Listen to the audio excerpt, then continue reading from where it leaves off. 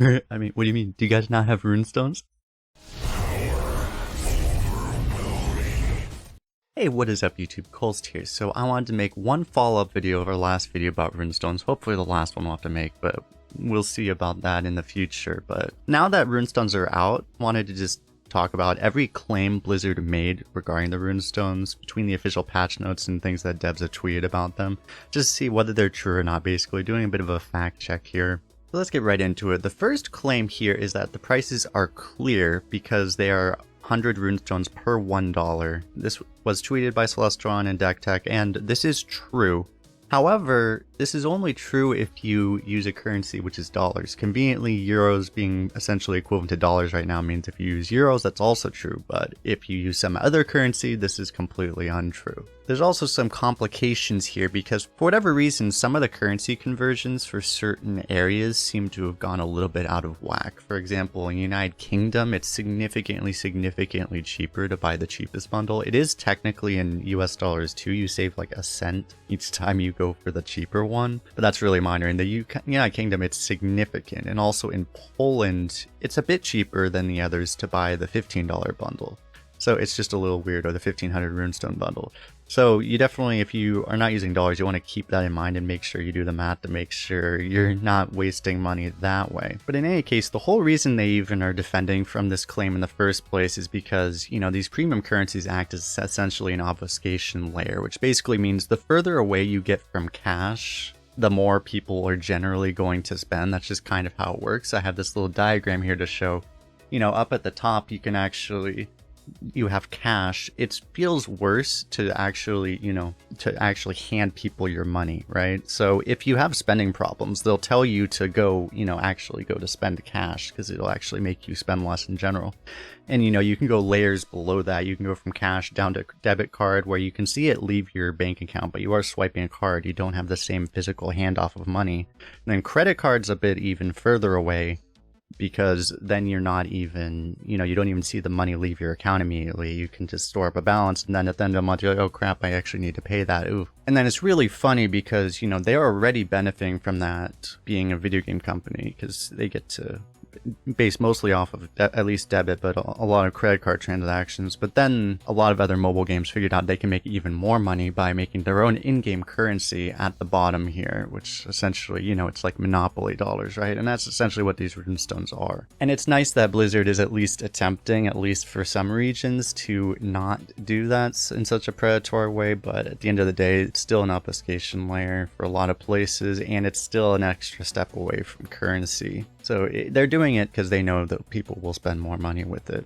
And that leads us right into the second part of why this makes people spend more money, which is the fact that you can only buy a certain amount of this in-game currency, right? These runestones. A stated purpose of the program is to let you be able to buy items smaller than what they would be able to sell you for in an app store. Because it gets into transaction fees. Basically, if they sell you an item for $1 cash, they lose most of the money, or a lot of the money at least, so it's not worth it for them.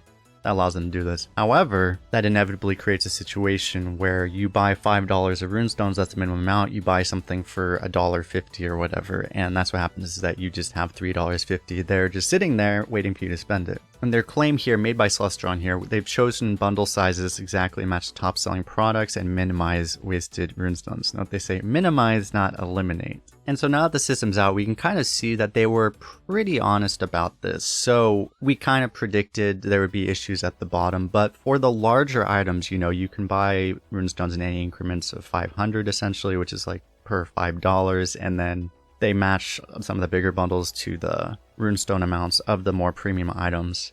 It would be really bad, obviously, if they started just randomly selling items at 1750 runestones or something, some amount you just can't buy, so then you're going to be forced to waste something. But currently they are not doing that, so that part of it is honest. However, because again, with these smaller items, the smaller items that they have in the shop right now, there's really only two as far as I'm aware. There are skins that are 150 runestones, and then there are tavern tickets, which are, you know, arena tickets or duels tickets, which you can buy for 200. So if you happen to want to buy like one arena ticket and two skins, that's great. Okay, that's 500. But otherwise, you know, if you're just buying those battleground skins, for example, they're 150. So then you can't get to a nice round number that you can buy unless you were to buy 10 of them. So then you get to 1500, right? But otherwise, you know, if you buy 3 skins, you just have 50 runestones that are completely useless. So overall, I guess they were kind of honest, kind of in the slightly slimy way that we kind of expected, that they're going to minimize the waste but not eliminate it, and that's what they did. If they were really serious about eliminating the waste, as a few people tweeted, like Zeddy said this, is that you would just add a system so that you could convert any wasted runestones or excess runestones to gold, right? Probably not at 1-to-1 because, you know, like an arena ticket is 200 runestones or 150 gold, so you couldn't convert it 1-to-1 exactly. That would be bad, but I've also heard rumors that that option was discussed in Blizzard's internal meetings and then they simply chose not to do it. So, I mean, it shows how serious they are about,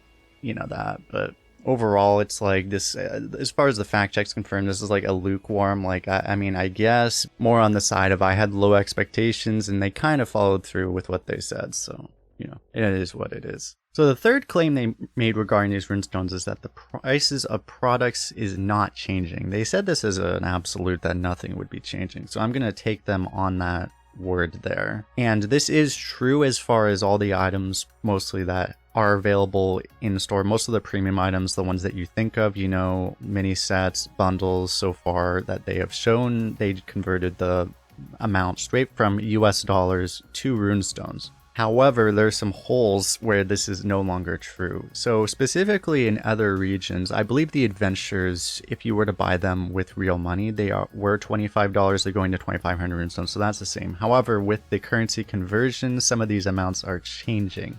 This was actually from Old Guardian who compiled these, so the prices actually vary by bundle right now. But right here, for example, Galakrond's Awakening, you have 2,000 runestones, which was $20 USD, which is the same as before, right? So it's staying the same in US dollars.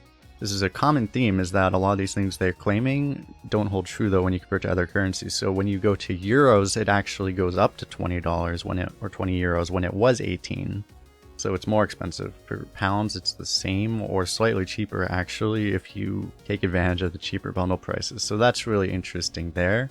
And then if you look at Curse and Extremis, which was 2,500 runestones, it's staying basically the same in US dollars, but again, in euros it's going up, and also in pounds it's also going up. Regarding their claim on product prices not changing, for current products, the ones that people think of, this is true, but however, for a lot of these legacy products in these other regions specifically, this is not true at all. And there's also one more hole in the prices of products not changing. This is something that I forget where I read it, but I made a tweet confirming this to somebody and Celestial liked it. So it's probably true that one thing as well where the prices are going up is that previously you could actually buy the battlegrounds perks later on in the season. If you were going to spend money, you could get a discount by buying it later on in the season. That has gone away. So even if you buy it on the last day of the season, kind of like the paid tavern pass for the rest of the game, you have to pay full price, which honestly is an issue I have with the tavern pass. But as long as I buy it on day one, it doesn't really affect me, right? It's a little scumbaggy that they don't reward like retroactive XP boosts, right? But for the battlegrounds one, I don't think they have the same problem because I don't think there's an XP boost unless I'm mistaken. So it's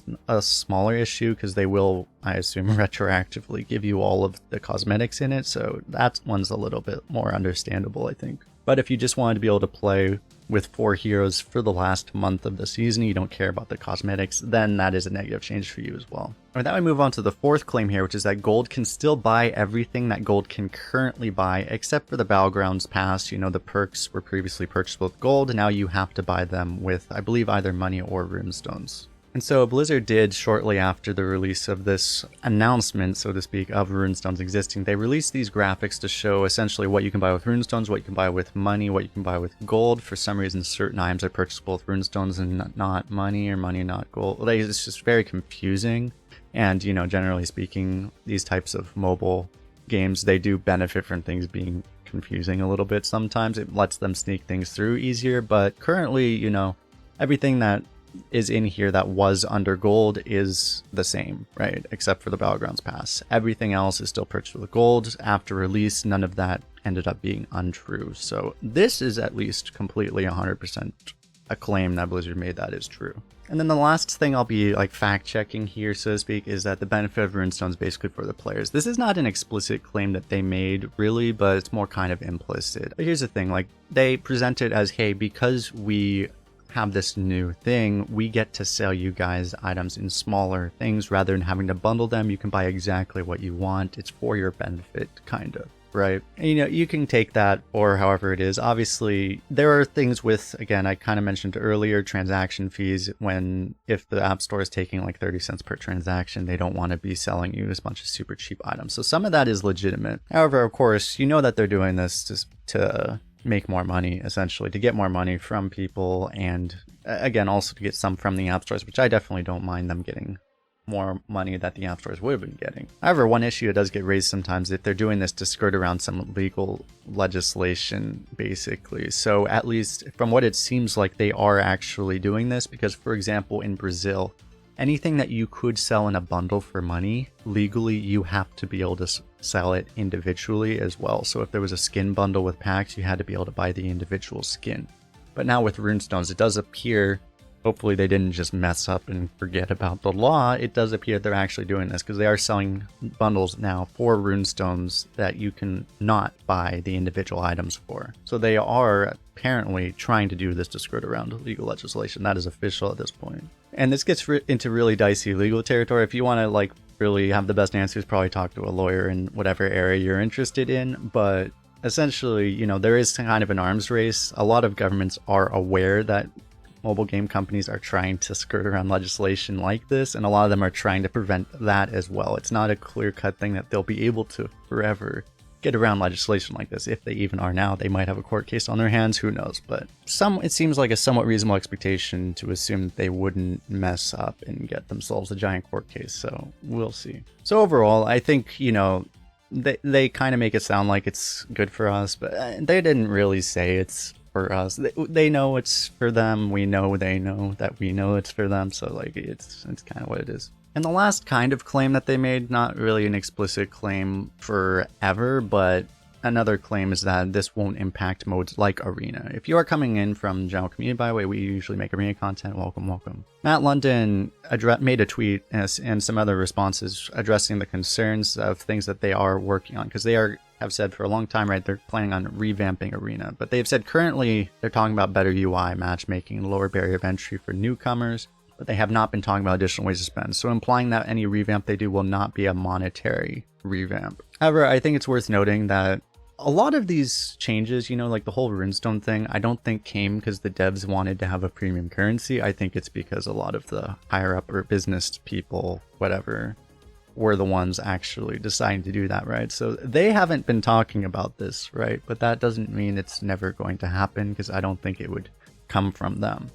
For all we know, a month from now, they might say, oh, these Runestones are great. Let's get more Runestone features into every other mode. And then suddenly they are going to be talking about it, right? But it's nice to know that at least currently they're not. Moving into our closing remarks here, that I don't think this whole system really isn't that bad for US and EU, especially because a lot of this stuff really is just kind of a mild annoyance, but in other regions it's a bit worse. And I think more of where the primary issue comes in is around the obfuscation in some of these other regions, but also the fact that this kind of just puts their foot in the door and moves them a step closer to doing more of this kind of stuff in other modes in the future. I made this tweet kind of guessing. So now that they did this with Battlegrounds, you know, having a pay-to-win aspect, which mode do you think they're going to be the next one? Arena did win because of this. This was before Matt London made his tweet. I actually think, you know, I'm kind of guessing it might be Mercenaries. We'll have to see. But I do think it will come sometime in the future. It might not be for a couple of years maybe, but I do think it'll happen. Especially because, to be honest, the response from the community was negative, but it wasn't that bad. Like, I kind of expect that they're going to do something else. They're going to try and push a little bit harder next time and see exactly, you know, how hard they can push before people absolutely revolt. But that's just me. I don't know. I'm interested to hear what all of you think, of course. If you made it to the end of the video, you're awesome. Don't forget to hit the like button, subscribe, and comment, and all those things. Thanks a lot for hanging out, everyone. We'll see you guys in the next Hearthstone video. Peace out.